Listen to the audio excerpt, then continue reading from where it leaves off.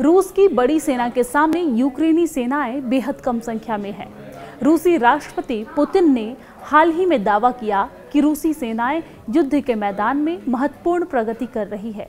हालांकि उनकी प्रगति धीमी रही है और सैनिकों एवं बख्तरबंद वाहनों के मामले में उन्हें भारी नुकसान उठाना पड़ा है।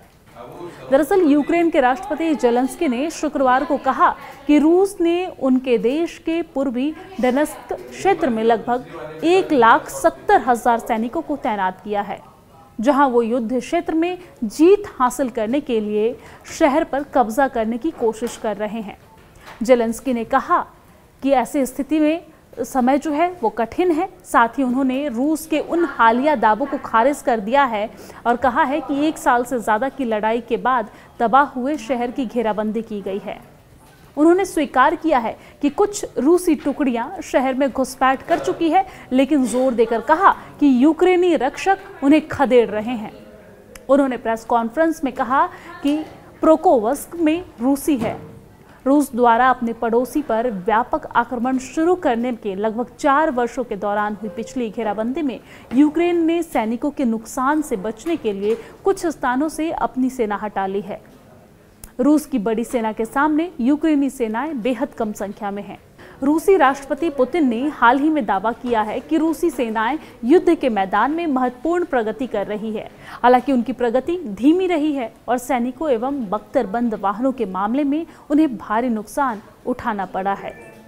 पुतिन अमेरिका को जो चाहता है वो शांति समझौते की ओर कदम बढ़ाए।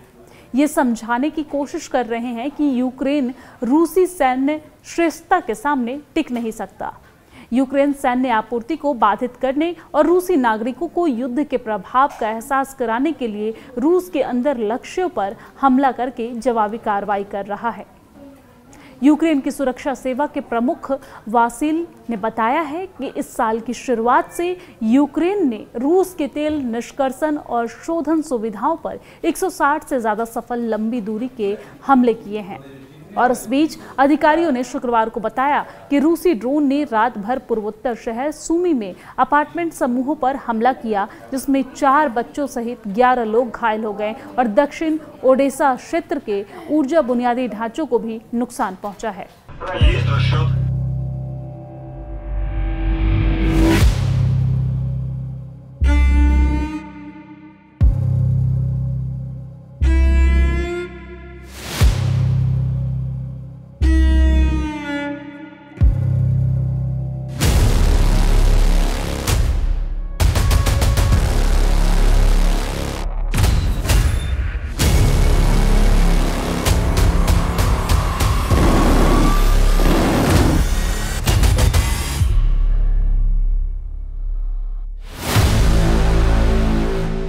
...705 मिसाइलों से यूक्रेन पर हमला, अंधेरे में डूबा आधा यूक्रेन।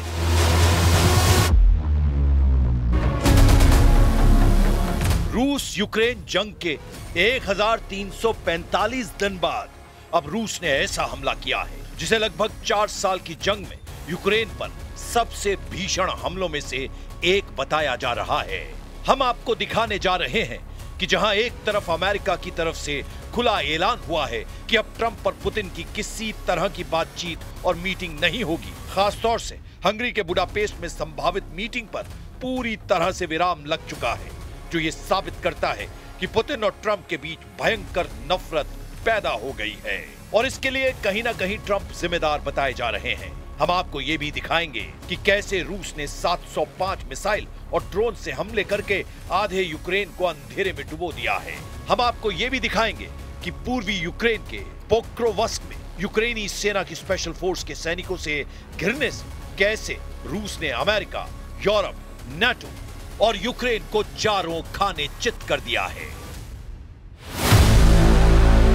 पोक्रोवस्क में घिरी यूक्रेनी स्पेशल फोर्स।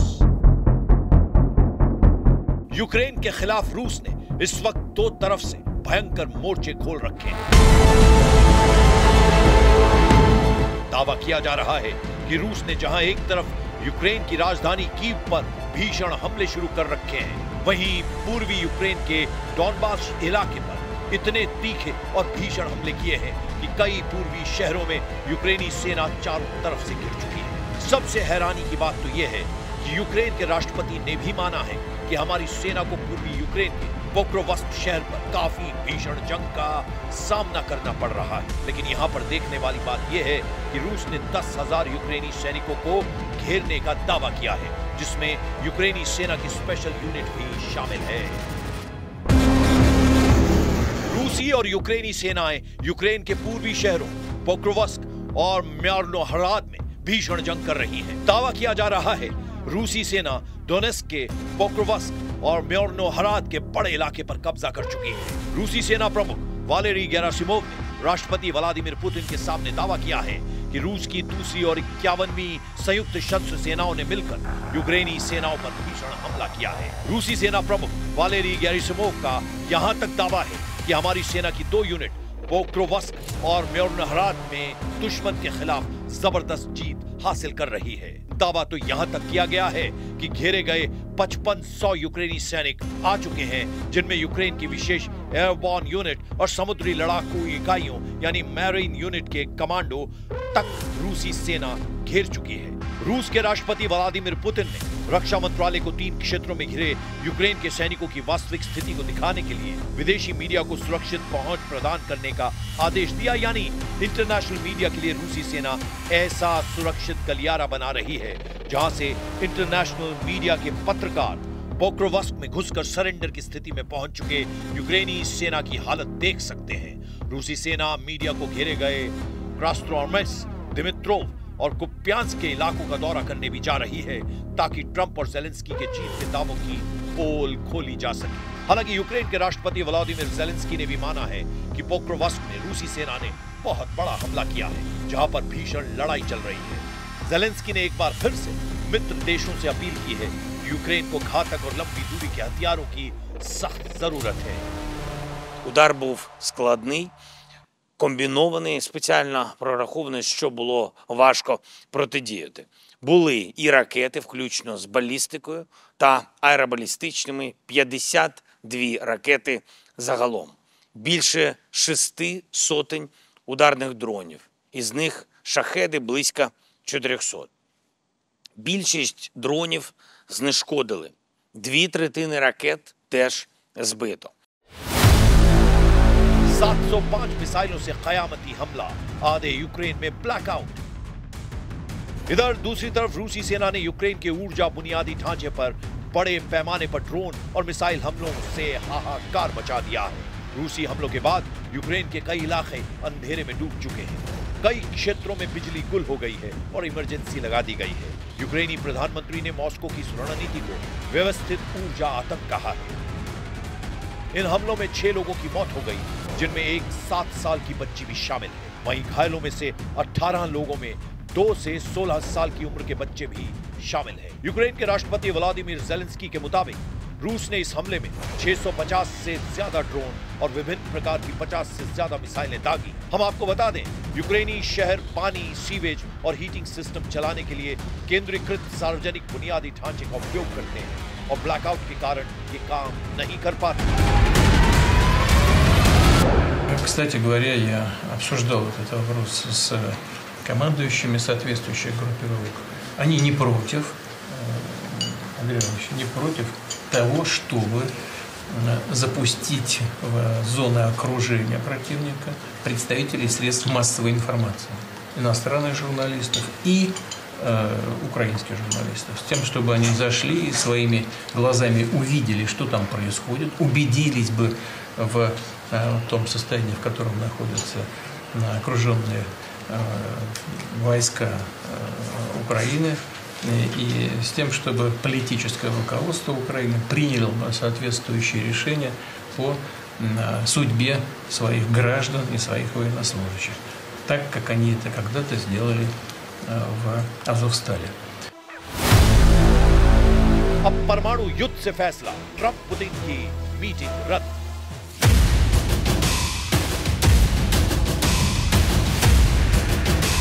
रॉयटर्स की रिपोर्ट के मुताबिक अमेरिकी प्रेसिडेंट डोनाल्ड ट्रंप और रूसी प्रेसिडेंट व्लादिमीर पुतिन के बीच प्रस्तावित बातचीत पूरी तरह से रद्द हो चुकी है। दावा किया गया है कि मॉस्को द्वारा मांगों की एक औपचारिक सूची पेश करने के बाद इस मीटिंग को रद्द कर दिया गया है। अमेरिका के वरिष्ठ अधिकारियों ने रूस की मांगों को अतिवादी कदम करार दिया है। हम आपको बता दें, दोनों महाशक्तियों के बीच 3 महीने के भीतर दूसरी बार होने वाली मीटिंग अगले महीने बुडापेस्ट में होनी थी, जिसका मकसद रूस और अमेरिका के बीच बढ़ रहे तनाव को कम करना था। फिलहाल व्हाइट हाउस ने रद्दीकरण के संबंध में कोई आधिकारिक बयान जारी नहीं किया है। इस बैठक को लेकर पहले से ही कुछ संशय था, जब एक अनाम अमेरिकी अधिकारी ने इस सप्ताह की शुरुआत में कहा था कि निकट भविष्य में ट्रंप पुतिन बैठक की कोई योजना नहीं है। हाल ही में ट्रंप ने पुतिन से निराश होने की बात स्वीकार की थी, जो उनके पहले के बयान से बदलाव का संकेत था कि अगर पुतिन कुछ झुकते हैं तो रूसी नेता के साथ उनकी व्यक्तिगत केमिस्ट्री यूक्रेन युद्ध को जल्द ही समाप्त कर सकती है। अब ऐसे हालात में परमाणु जंग का खतरा चरम पर पहुंच गया है।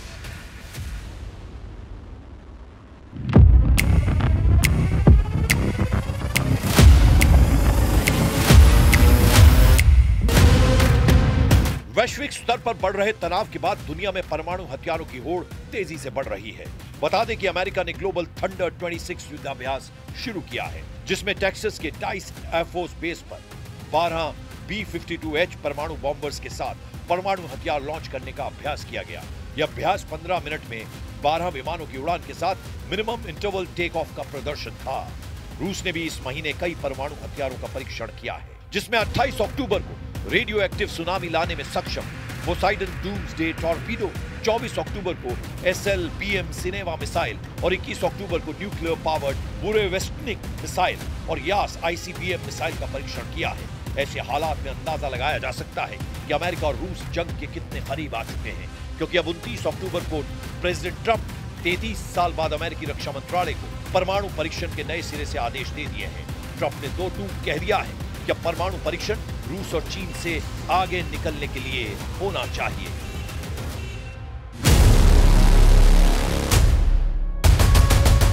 ऐसे हालात में आप अंदाजा लगा सकते हैं कि रूस यूक्रेन जंग कैसे तीसरे विश्व युद्ध के करीब पहुंच चुका है, जहां कभी भी परमाणु जंग छिड़ सकती है।